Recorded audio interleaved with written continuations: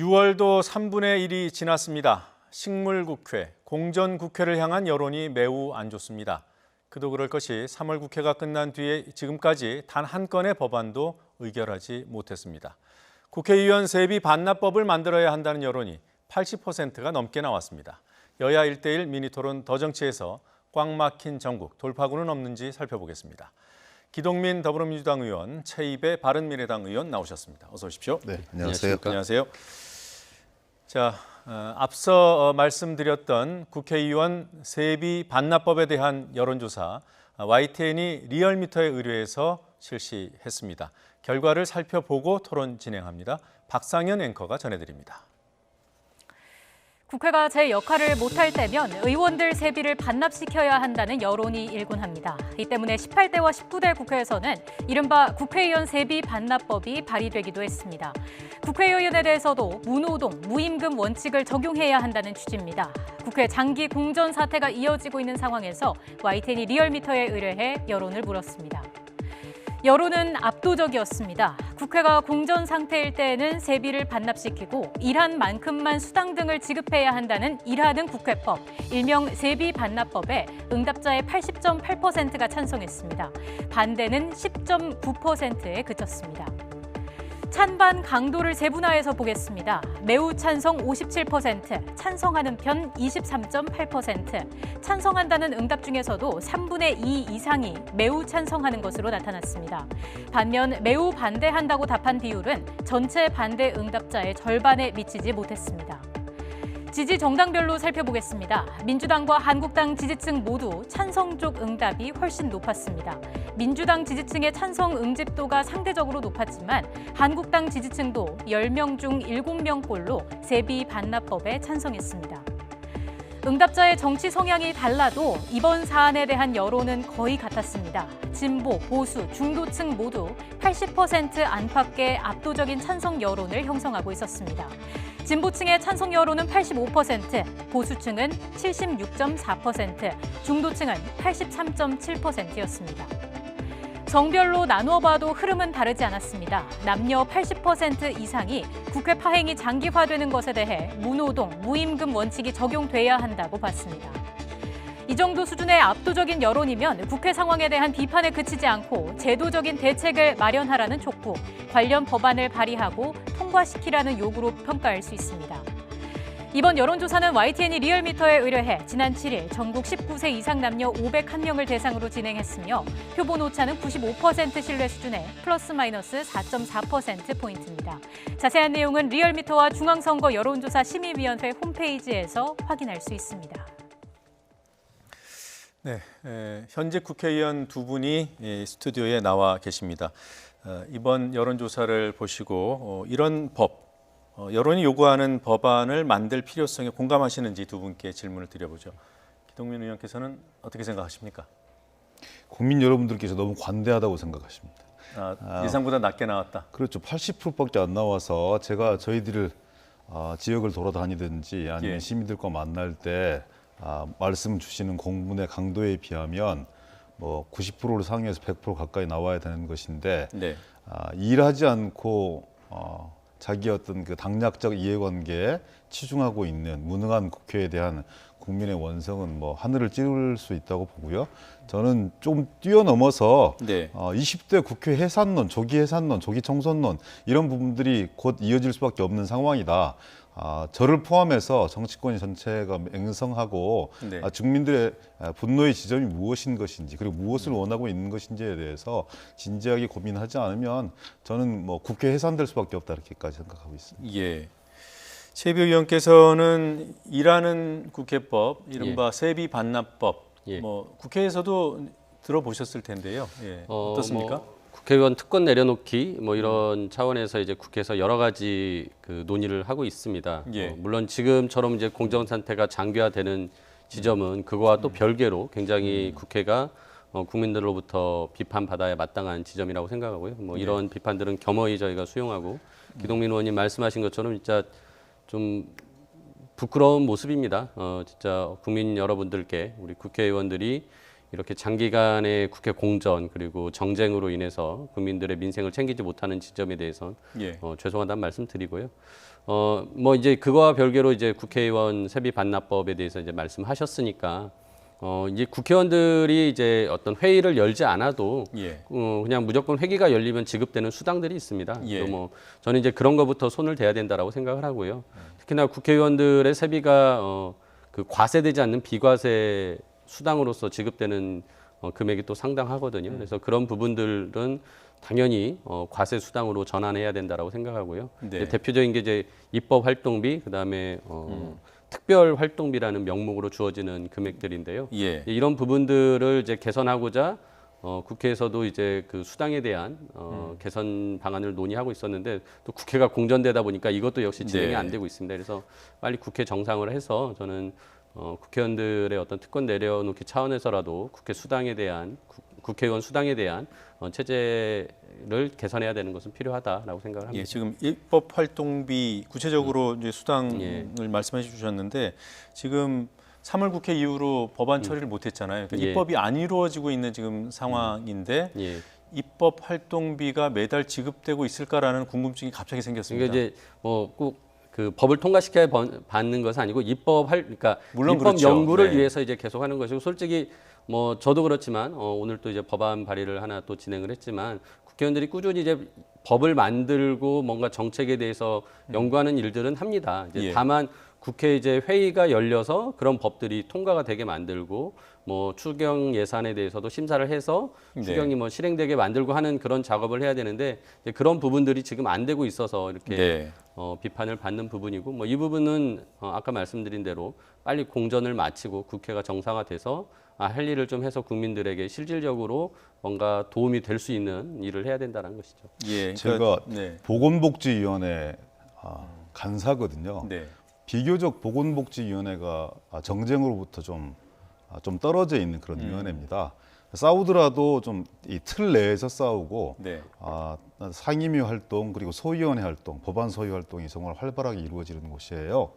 한 법안을 한 500건 정도 통과를 시켰고요, 하반기 정도에. 근데 작년 하반기에? 예, 네. 올 2월에 네. 법안 소위 3일 한 거 이외에 왕성하게 활동하고 있는 보건복지위원회조차 네. 아무 활동을 하지 못했어요. 사실상 2월도 자유한국당의 전당대회 때문에 제대로 된 국회를 열지 못한 것이죠. 네. 4월 국회 마찬가지였고. 그러면 실질적으로 올 6개월 동안 국회의원의 일차적인 전제 이유는 법을 만드는 것이고요. 네. 정부의 예산을 심의하는 것입니다. 이 두 가지가 기본 중에 기본인데 이 두 가지를 못하고 있는 거예요. 물론 이제 세부적으로 따져보면 국회의원들 하고 있는 일 많이 있지요. 지역구 활동도 그렇고 상임위 활동 이외에 여러 가지 정책 기반 활동들을 위해서 공청회를 한다든지 세미나를 한다든지 전문가들과 간담회를 한다든지 여러 가지 놀지 않고 일하고 있는 것이지만 그건 국회 내부의 속사정인 것이고 예. 국민 여러분들 눈높이에서 보시기에는 일하지 않고 놀고 있는 것이거든요. 그렇다면 여기에 대한 경종을 울릴 필요가 저는 있다고 보여지고요. 네. 차제 정말 국회가 정상화되어진다면 아까 최이배 의원께서 말씀 주셨던 어찌 보면 국회의원의 특권일 수 있는 예. 이런 부분들도 좀 손보면서 국민적 눈높이에 맞출 필요가 있겠다 이렇게 생각합니다. 지금 여론은 세비를 아예 반납하라고 하는데 두 분 말씀 공통점 중에 하나가 수당을 일단 우선적으로 손을 봐야 되는 정도로 말씀하신 것 같아요. 전혀 그렇지 않고요. 네. 저는 이런 프레임 자체가 주는 위험성들이 있다고 생각합니다. 예를 들어서 정치의 어떤 그 반대적인 측면 이런 부분들만 너무 키워져서 부정적인 측면들은 가속화되어지는 이런 측면들이 있긴 하지만 예. 지금은 그것을 항변할 수 없을 정도로 민심이 악화되고 있고 네. 국회의원들이 기본 활동 자체를 못하고 있는 것이기 때문에 저는 거기에 대해서 어떻게 저항할 수 있는 의사가 전혀 없고요. 네. 그만큼 국민들이 화나 계시다면 화나 계신 것을 풀어드릴 수 있는 방법으로서 만약에 세비를 반납해야 된다. 그럼 전적으로 반납해야 됩니다. 그리고 반납하는 것이 국회를 정상화시켜낼 수 있는 그런 하나의 길이라면 국회의원 300명 중에 누가 그걸 반대할 수 있겠습니까? 저는 적극적으로 검토해야 된다고 생각합니다. 네, 지금 일단은 뭐 주제가 세비 반납법이기 때문에 이걸 누군가가 이제 발의했을 때 단지 그 수당을 손보는 정도가 아니라 예. 진짜 일한 만큼, 그러니까 법안 처리 실적이라든가 이런 데 연동해서 세비가 책정되는 그런 틀을 만들자고 한다면 지금 두 분 다 정책위에서 일하시잖아요. 정책위 예. 의장이시고 부의장이시고. 네, 그렇습니다. 적어도 바른미래당에서는 어떻겠습니까? 그 법안 발의에 동의가 될까요?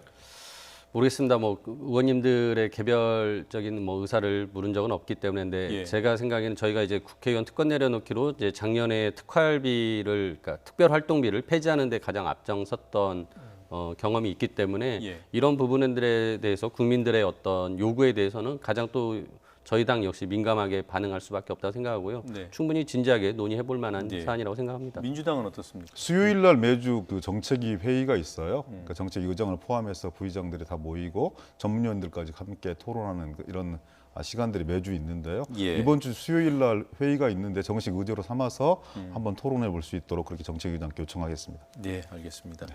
자, 여론이 이런 상황이지만 현재 상황 국회 6월 국회 열기가 쉽지 않아 보이고요. 그래서 일단 현재 각 정당의 입장이 어떤지 직접 확인을 해보고 또 토론 이어가겠습니다. 국회를 열 것이냐 말 것이냐가 정치의 가장 중요한 의제처럼 되어 있는 나라가 지구상에 대한민국과 또 있는지는 알지 못합니다. 민생 입법 등 국회가 할 일이 많이 쌓여 있는데 제1야당의 무책임한 반대로 국회 문을 아직 못 열고 있습니다. 무슨 명목으로 민생을 말하고 거리 투쟁에 나서겠다는지 참으로 알 수가 없습니다. 이제라도 마음을 바꿔서 일터로 복귀할 것을 간곡히 부탁을 드립니다. 문재인 대통령은 현 충의를 불충일로 전락시키는 최악의 추념사로 정치 갈등만 부추겨 놓고 북유럽 순방전 국회 탓을 또 하고 떠났습니다. 도대체 지금 누구 때문에 국회가 막혀 있고 여야의 원만한 대화가 풀리지 않습니까? 이 정부가 아무리 남 탓을 해도 결국 국민은 그 본질을 알고 있습니다. 지금 양당의 태도를 보면 6월 임시국회마저도 파행을 불사할 기세인데 경제난이 심각한 상황에서 결코 국민들께서 용납하지 않을 것입니다. 오늘 중에라도 협상을 타결짓고 임시국회 의사 일정에 합의할 수 있도록 협조해 줄 것을 양당에 다시 한번 촉구하는 바입니다. 네. 자, 뭐 각 정당의 기본적인 입장 그리고 또 정부의 지금 시각까지도 확인을 하고 왔는데요. 뭐 구체적인 그런 그 협상 포인트로 직접 들어가죠. 바른미래당에서 예. 지난 패스트트랙 법안들을 이제 또 심의를 할 텐데 예. 합의 처리할 것이냐, 합의 처리를 위해서 노력할 것이냐, 이 중간에 합의 처리를 위해 합의 처리를 원칙으로 한다는 중재안을 내는 거죠. 예. 그러니까 저희가 그 선거법과 이제 네. 사법개혁법 두 가지가 있는데 이거를 좀 분리하자. 네. 그래서 선거법 같은 경우는 특히나 이제 지금까지 합의 처리를 원칙으로 해왔다 국회에서 그리고 그런 네. 관행이 깊게 있기 때문에 선거법은 합의 처리하자. 합의 처리하자 원칙이 네. 아니고. 예. 네. 그러니까 그걸 이제 원칙으로 한다는 것이고. 네. 그다음에 이제 그 사법개혁 같은 경우에는 합의 처리 노력하자라는 수준으로 좀 두 개를 분리해서 바라보자라는 그런 이제 문구를 제시를 한 바가 있었습니다. 그걸 민주당은 수용을 했습니까? 아니요, 뭐 이 부분도 근데 양쪽 다 특별하게 답변은 없는 상황이고요. 네. 어떻게 보면은 뭐 지금 상황에서는 뭐 저희 중재안 역시 거부되었다라고 생각을 하고 있습니다. 내부적으로는. 네. 아무튼 두 당이, 그러니까 양당이 좀 나서서 일단 둘이 대화를 좀 적극적으로 해주셔야 되는데 지금 양쪽 다 바른미래당을 가운데 놓고 서로 의견을 전달을 하고 있는 상황입니다. 다 이제 예, 그 직접 간접적으로 전달하고 그러니까요. 있습니까? 예, 네. 그래서 지금 오신환 원내대표가 굉장히 중간에서 노력을 하고 있지만 이게 일단 당사자들끼리 다 만나서 네. 좀 더 논의를 해야 되는데 그것마저도 지금 제대로 되고 있지 않아서 굉장히 중간에서 오신환 대표가 노력하고 있음에도 결과물이 안 알겠습니다. 나오고 있는 상황입니다. 지금 정운천 의원이 내놓은 중재안하고 좀 혼돈이 있을 것 같아요. 다시 한번 그 부분만 확인하겠습니다. 선거법과 그다음에 공수처법 등에 대한 그 합의 문구를 예. 바른미래당이 공식적으로 제안한 중재안은 선거법은 합의 처리한답니까? 아니면 합의 처리를 원칙으로 한답니까? 원칙으로 한답니다. 예. 원칙으로 한다. 민주당은 여기에 대해서 수용한다는 입장을 내놓지 않았던가요? 합의 처리를 원칙으로 한다. 네. 많은 논란이 있을 수 있겠지만 뭐 그런 정도 중대안이면 저희들은 네. 받을 수 있다고 생각합니다. 네. 그런데요, 어떤 바른미래당의 중재안도 저는 이 자유한국당에서 수용하지 않을 거라고 생각합니다. 만약에 수용할 마음이 있었으면 청와대 회동을 그렇게 매몰차게 걷어차진 않죠. 한번 생각을 해보십시오. 식량 지원에 관련해서 여야 그 대화를 좀 하자라고 얘기를 했을 때 왜 의제를 식량 지원에 국한시키느냐? 그럼 의제를 다 넓혔어요. 그랬더니 이제 회동 형식을 또 문제 삼는 거 아니겠습니까? 그럼 회동 형식까지도 그러면 5자 회동을 하고 1대1 면담들 진행한다라고 얘기를 하니까 이제 또다시 3자 회동을 하고 1대1 회동을 하자 이렇게 얘기를 하고 있어요.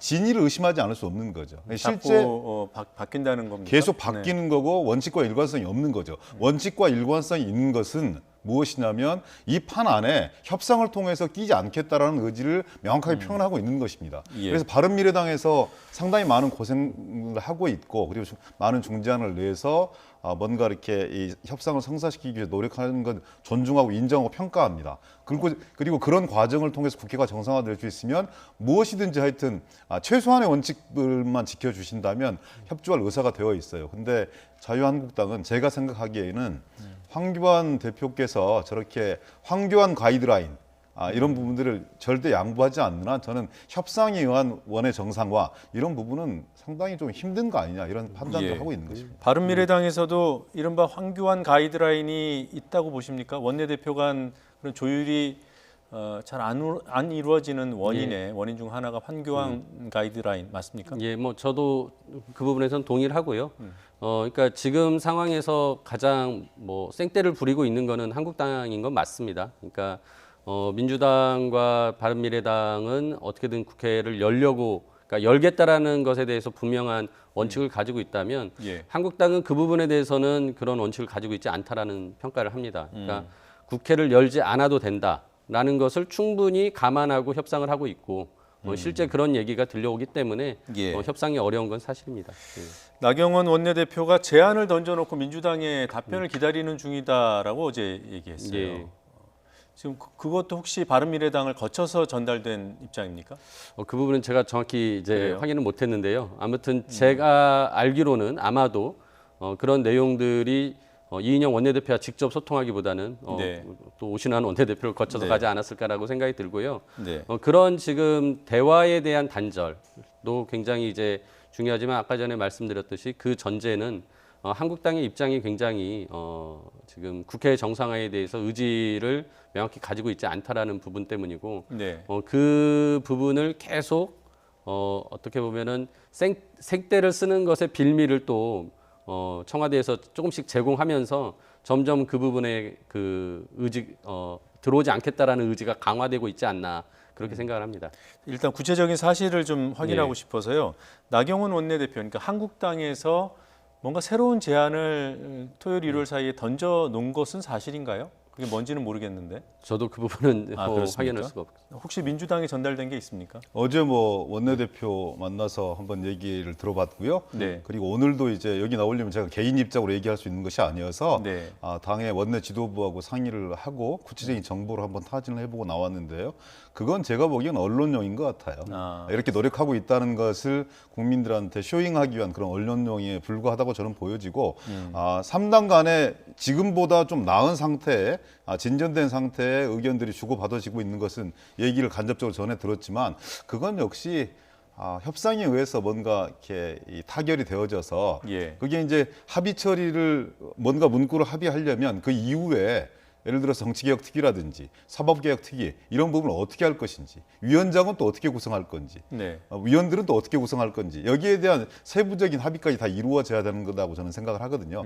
아직까지는 거기까지 못 가고 있는 것 같아요. 그래서 그 구체적인 제안을 자유한국당에 던졌다고 보기는 저는 어렵다고 보여지고요. 계속 자유한국당에서 얘기하고 있는 것은 패스트트랙 철회를 얘기하고 있는 것이기 때문에 그 이외에 새로운 제안이 있었다는 얘기는 전 전해 듣지 못했습니다. 그러니까 합의 처리냐, 합의 처리를 위해서 노력하는 것이냐, 합의 처리가 원칙이다 이런 문구들의 차이가 아닌 것 같다는 생각이 자꾸 들어서 비슷한 질문을 계속 던지게 되는데요. 그러니까 드러나는 것은 합의 처리한다. 합의 처리를 우선한다. 합의 처리를 원칙으로 한다. 이런 문구의 차이처럼 보여지는 거지만 아까 제가 말씀드렸던 황교안 대표의 가이드라인이라고 얘기한 것은 그것은 본질적인 문제라는 것이죠. 이 국면들을 지금 어떻게 바라보고 있고 어떻게 선거법 내지 이후의 공수처법들을 대하려고 하는 것인가에 대한 분명한 자당의 의견들을 표현하는 것입니다. 그것을 그렇게 문구로 형상화시켜내는 것이기 때문에 저는 이것이 절충이 좀 어렵다고 보는 것이죠. 네, 뭐 그런 의사를 한국당이 내비친 것 같아요. 불감청 고서원이라는 나경원 원내대표의 발언이 YTN 취재 과정에서 확인이 됐습니다. 그러니까 여당이 국회를 다른 3당과 함께 그래서 4당이 따로 소집하는 문제와 관련해서 불감청 고서원이다. 그러니까 뭐 내놓고 얘기는 못하지만 그렇게 하라고 바라고 있다 이런 뜻 아니겠습니까? 네, 저기에는 이제 이런 노림수가 있는 거죠. 니들끼리 한번 마음대로 한번 해봐. 근데 실질적으로 추경을 처리할 수 있어? 아니면 본회의를 소집해서 법을 통과시킬 수가 있어? 너희들이 가지고 있는 상임위원회는 회의라도 할 수 있겠지만 야당이 다수 의석을 차지하고 있는 상임위원회는 회의도 하지 못해. 실제 니들이 할 수 있는 건 아무것도 없어. 이런 의지의 표현인 거거든요. 말의 표현인 것이고. 그리고 단독 국회를 소집했다는 것에 대한 어떤 역풍이 있을 수도 있고요.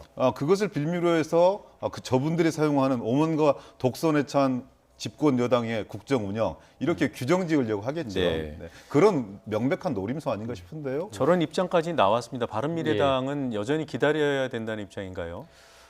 아까 이제 그 패스트 트랙에 이제 올린 법안들의 어떤 그 처리에 대해서 어떻게 할 것이냐에 대한 입장. 근데 지금 한국당 입장에서는 그 합의 처리를 반드시 해야 된다라는 것은 이 국회 법상에 이미 올라온 패스트트랙 그 절차를 어떻게든지 무시하고 그거를 무용지물로 만들어 보겠다라는 의도는 깔려 있는 거거든요.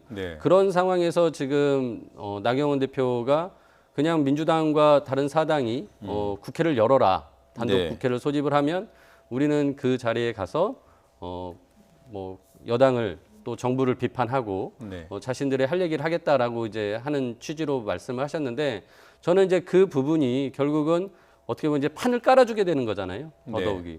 그러니까 저는 그 부분에 대해서도 좀 신중해야 된다고 생각을 합니다. 그러니까 물론 한국당의 이런 생떼를 다 받아줄 수는 없겠지만 그렇다고 또 우리가 저쪽에서 진짜 바라는 바, 한국당이 바라는 바를 그대로 다 판을 깔아준다고 하면 결국은 이번 국회가 열린다 하더라도 법안을 논의한다거나 추경을 논의하기는 또 어려워지지 않겠냐. 그래서 어떻게든지 합의를 좀 이끌어내는 노력을 해야 되고요. 저는 솔직히 개인적으로는 그런 판단합니다. 자유한국당이 이번 주까지는 저렇게 계속 생떼를 부리겠지만 다음 주와 다다음 주 2주간은 어떻게든지 국회를 또 운영하려는 또 변화된 모습을 가질 수도 있다. 그래서 이번 주까지만이라도 제발 좀 협상을 더 열심히 하고 기다려보자라고 생각을 합니다. 다음 주에는 어떤 일이 있어서 아니 전환을 뭐 특별하게 기대하십니까? 합의 처리의 문구나 이런 것들 때문이 아니라 뭐 저기도 뭔가 전략적으로 지금의 이런 여론들이 자신들에게 부담이 된다라고 생각하고 입장을 선회할 수 있다라고 생각을 하고요. 그런 부분에 있어서는 저희가 이번 주까지는 좀 더 협상 노력을 해야 된다라고 생각합니다. 다음 주에 돼서도 상황이 안 변하면 바른미래당도 4당 이제 뭐 그 부분은 뭐 제가 여기서 확답을 드릴 수는 없겠지만 충분히 지금 저희도 참을 만큼 참았다라고 생각을 하고요. 바른미래당 입장에서도 그런 부분에 대해서는 한번 의원들의 전체적인 의견을 수렴해서 저희가 국회를 정상화할 수 있는 방안에 대해서 또 필요하다면 나설 수 있다고 생각합니다. 저는 그 자유한국당의 존재 이유가 있고 그리고 또 전국 주도성에 대한 의지가 있기 때문에 최이배 의원께서 말씀 주셨던 생각들을 많이 가졌었죠. 저 역시 협상은 하되 협상의 틀에 갇혀서 정상적인 이 국회를 운영하는 것보다는 협상은 진행하되 이 협상을 통해서 들어오는 게 아니라 자당의 정책 결단을 통해 들어올 가능성이 높다. 이런 얘기를 계속 말씀을 드렸는데요.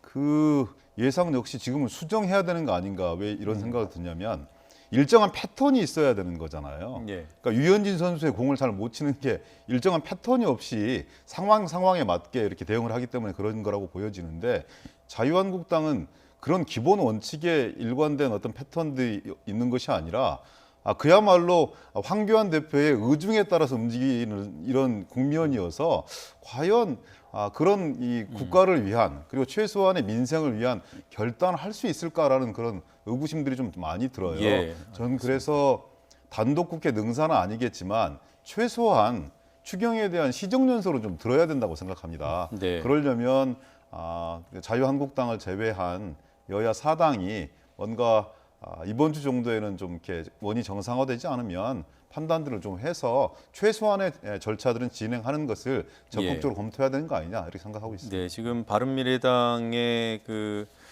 정책위 의장을 맡고 계신 최이배 의원께서 한국당이 생떼를 부리고 있다는 부분에 대해서 짚어주셨고요.